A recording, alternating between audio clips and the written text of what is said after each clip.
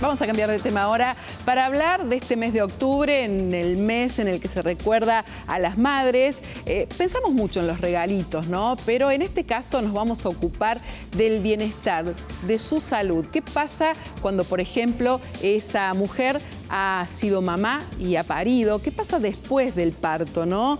Una imagen que, bueno, nos lleva a pensar en ese momento de felicidad, de algo muy placentero, también de dolor en el momento del parto.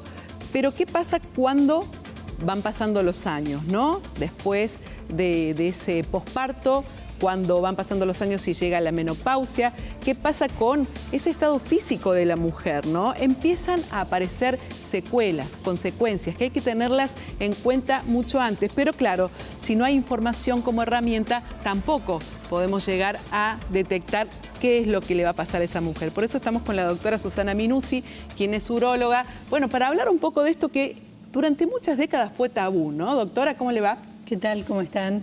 Sí, efectivamente, esto que vamos a conversar hoy pertenece al bienestar femenino, al bienestar íntimo femenino, algo que antes era un tabú porque lo común era que una mujer tuviera un parto y cualquier cosa que le sucediera después y fuese a decir al obstetra diría, bueno, ¿qué querés? Tuviste un hijo. Pero esto no es lo que hoy sucede ni lo que debe suceder, porque en realidad ninguna mujer debería quedar con consecuencias que afecten su salud inmediata o a largo tiempo. Y si así fuera, debería tratarlas, investigarlas para ver cómo ha quedado y para tratar de solucionarlas cuanto antes. Por eso, como vos decís, sumamente importante lo primero, la información.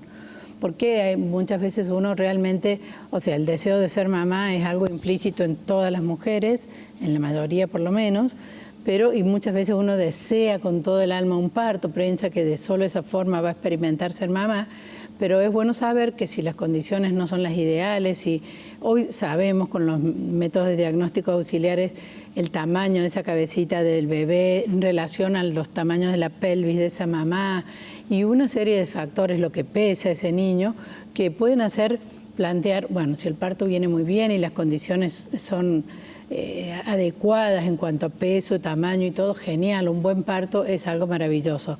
Pero si no va a ser un buen parto, capaz es preferible elegir una cesárea. Y en el caso de las cesáreas o el parto natural, ¿de los dos lados quedan secuelas?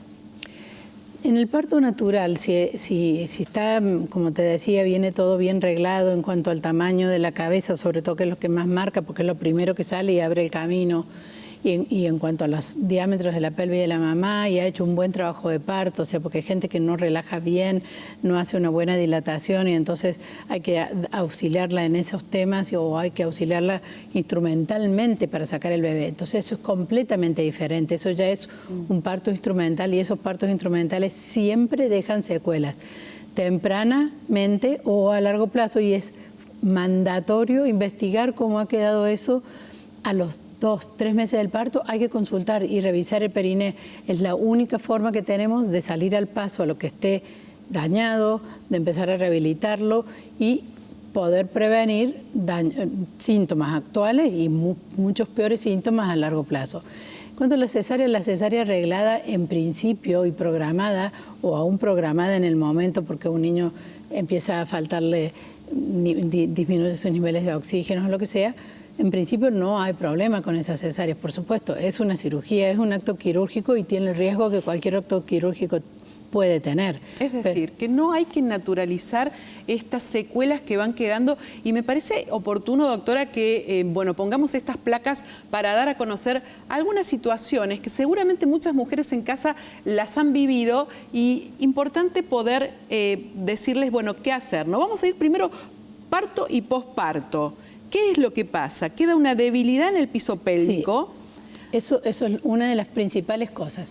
Fíjate, la debilidad, que incluso se podría decir, queda una laxitud o amplitud en las paredes vaginales, que eso es algo que a lo mejor inmediatamente la madre no percibe porque está en toda la lactancia y un montón de cosas más que son muy importantes, claro, y además ilusionan mucho, pero que son claves, porque claro, además van a cambiar de ahí en más la calidad de las relaciones sexuales de esa persona, no solo de ella, sino de su cónyuge, de su pareja.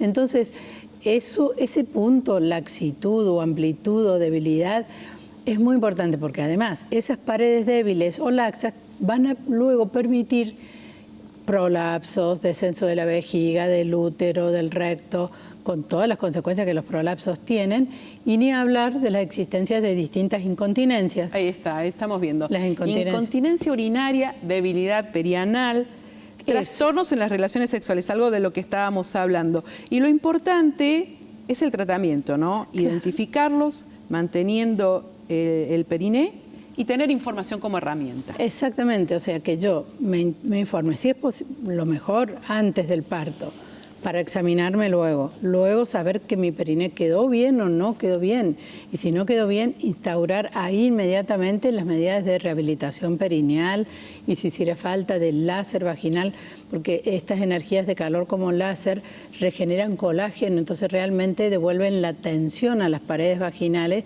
Y hoy que es muy común que las mujeres hacen muchos deportes de impacto, juegan al fútbol, hacen un montón de cosas, corren carreras y muchas veces vos cuando preguntás en la consulta te dice esto no es negociable, o sea, ellas no van a negociar ese tipo de deporte porque pero es lo que les hace bien. Quedan en el camino y dicen, ya no lo puedo hacer porque esta incontinencia, por ejemplo, me incapacitó para hacer, por ejemplo, correr. Claro, por eso, pero si uno no sabe que tiene una debilidad en las paredes y hace reiteradamente deportes de impacto, esfuerzo o es constipada, porque otra de las cosas que viene, que estilos de vida, o sea, lo que comemos, el evacuar el intestino habitualmente sin hacer esfuerzo, no hacer deportes de impacto, todo eso hace que si me quedaron las paredes laxas en una de esas yo prevenga desarrollar prolapso y si tengo algo muy leve que no necesite ser corregido quirúrgicamente.